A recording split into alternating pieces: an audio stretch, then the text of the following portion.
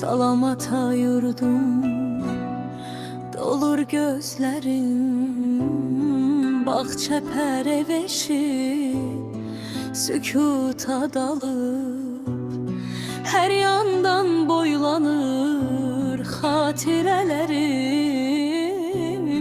Burada uşaqlığım tek yetim kalır. Başın yere dikip tut ağaçları, atası danlayıp susan uşaq tek.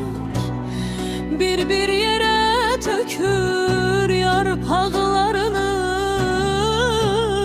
hirslenip paltarın atan uşaq tek. Heç ne değişmeyip bu dam bu tendir. Mübariz yine de öz kefindedir.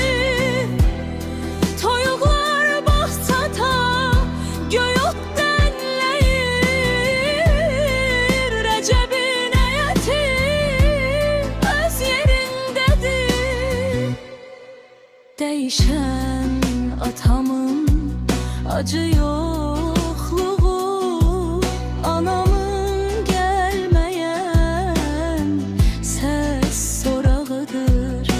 Bu yurtta keçipti ömrümün çoxu, atamın bir ocaq yadigarıdır. Heç ne